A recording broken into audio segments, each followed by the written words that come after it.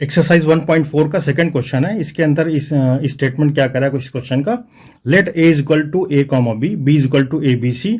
अब क्वेश्चन आपका क्या स्टार्ट कर रहा है, is a is subset of b, and second part आपका क्या है, what is a union b. यानी आपको इसमें दो आंसर देने हैं। पहले तो ये आइडेंटिफाई करना है कि ए बी का सबसेट है कि नहीं है, और आपको सेकंड आंसर देना ए बी का, ए और बी का यूनियन निकालना है आपका। तो जब हम ए के एलिमेंट लिखेंगे, इसका आंसर लिखेंगे, तो A is equal to A comma B. Clear है। जब बी सेट को हम कैसे लिख सकते हैं, ए बी सी, ये आपका गिवन है। क्लियर है।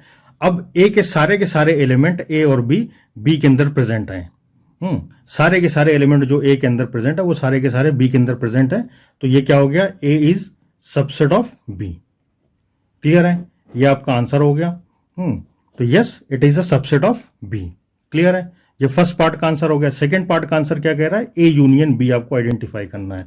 अब ए यूनियन बी का मतलब क्या है, ए और बी के सारे एलिमेंट जिसमें रिपीटेशन ना हो। अब इसमें हमने सबसे पहले ए के एलिमेंट लिख दिए, ए बी। क्लियर है। अब बी के एलिमेंट क्या है, ए और बी है।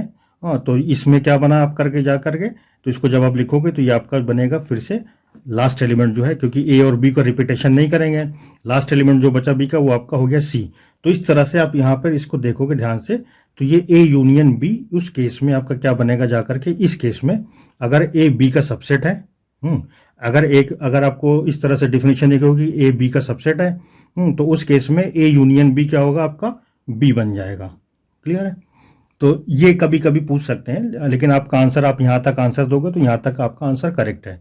लेकिन अगर कंडीशन आपको कभी एग्जाम में इस तरह से गिवन हो, कॉम्पिटिटिव एग्जाम में या कहीं पर भी, कि ए बी का सबसेट है, तो ए यूनियन बी का आंसर क्या होगा, तो आप उसका आंसर बी दे सकते हो।